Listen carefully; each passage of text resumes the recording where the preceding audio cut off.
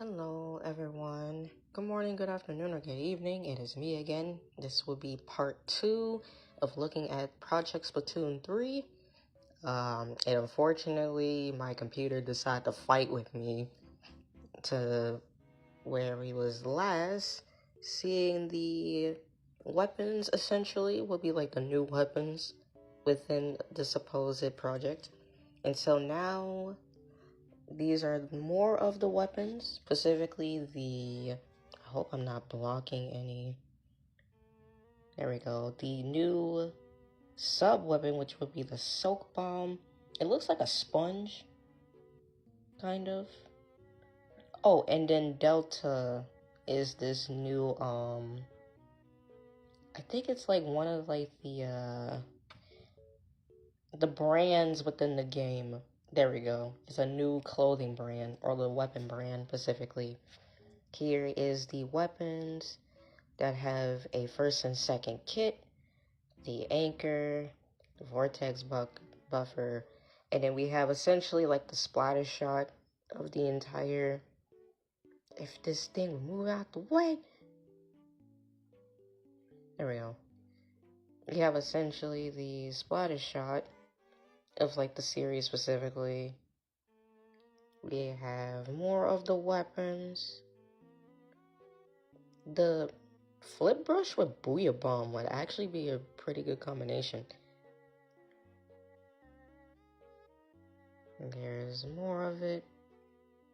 Onto the special weapons. Essentially, we have the swordfish, which that will be a pretty cool special weapon, to be honest, to have. We have the clamp prey. I think that's what it's called.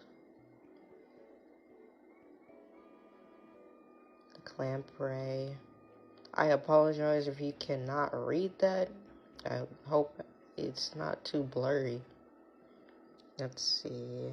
And then we have the puffer bomb, which is the, I forgot what they were called, but they're like essentially mines that are like underwater, like deep in the part of the ocean. They're like under the water because of like the, essentially when the wars were happening on like the sea.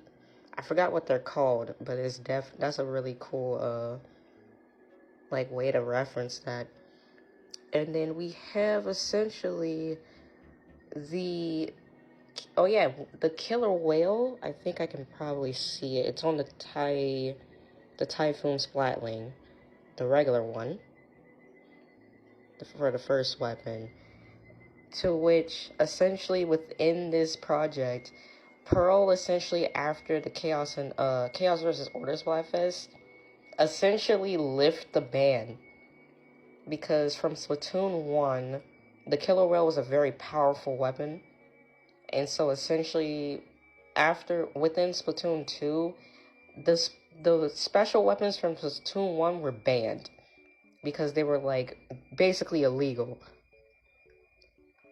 But now, essentially, if this were to like connect the storyline, this what would happen. Pearl would definitely do it because that's basically her signature weapon.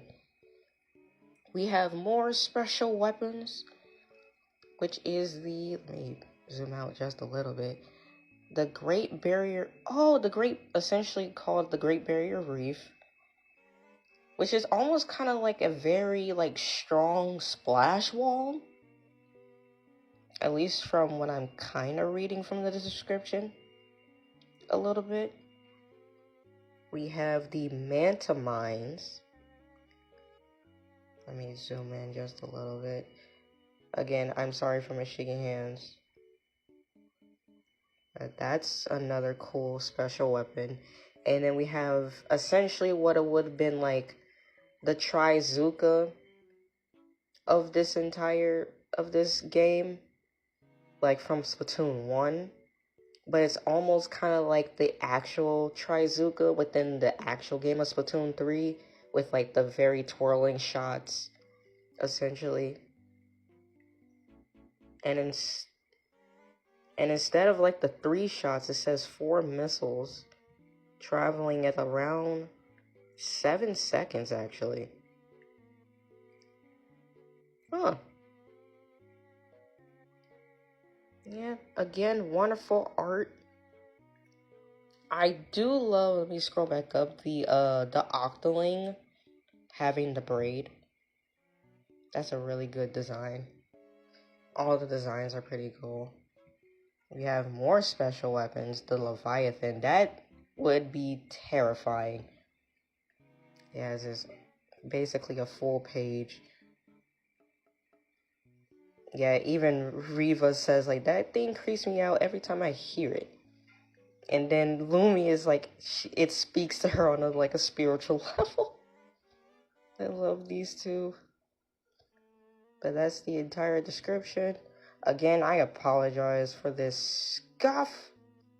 I'm trying to make sure y'all can at least kind of read it. And then we have essentially, new abilities.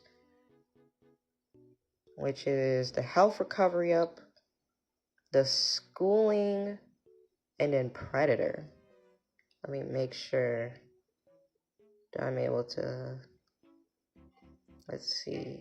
Predator says give an effect equal to wearing 1 sub of run speed up, swim speed, ink resistance, or the health recovery up.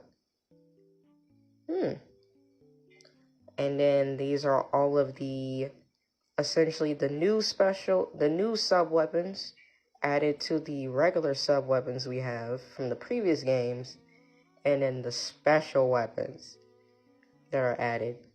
Essentially within this game, the bomb rush specials are essentially here. There is no way that there would have been hold up. I hope I'm able to zoom in. Let me see if I can zoom in on my, there we go. There is no way, because there is auto bomb rush, curling bomb rush, the burst bomb, this, and like the splat bombs. These are all regular like bomb rushes. There is no way there's a sprinkler rush and then a wall rush. What would they even look like? Oh my goodness, that would be, these two would just be hilarious special weapons, because there's no way. That's actually hilarious. And then now we have the clothing line, which one, Obsidia, is Riva's clothing line. It looks really good. And then we have essentially like the swimming gear. Not swimming gear, but something like Hawaiian themed a little bit. Hawaiian themed gear called Alota. And that's like the character that you see, one of the shop owners. Again, beautiful art. The fashionista that she is.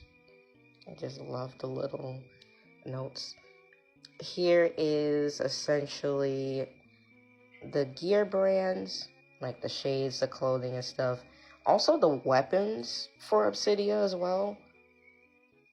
The carbon roller looks pretty dope in my opinion. We have the Nautilus. Have the ballpoint splatling, and then the Tetradoolies. We also have the amiibo for Riva and Lumi specifically. Definitely. We have more with the clothing brands. More of the weapons from the clothing brands.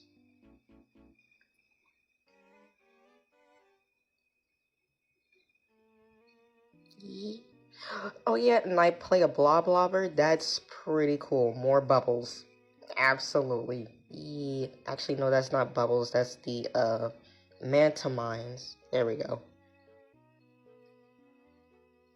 And then here is a new band, specifically called the Hadelzone. Hadelzone? I hope I'm pronouncing that correctly. And the 4 characters that you see. I would definitely make another video for part 3 I wish you all well. Bye-bye.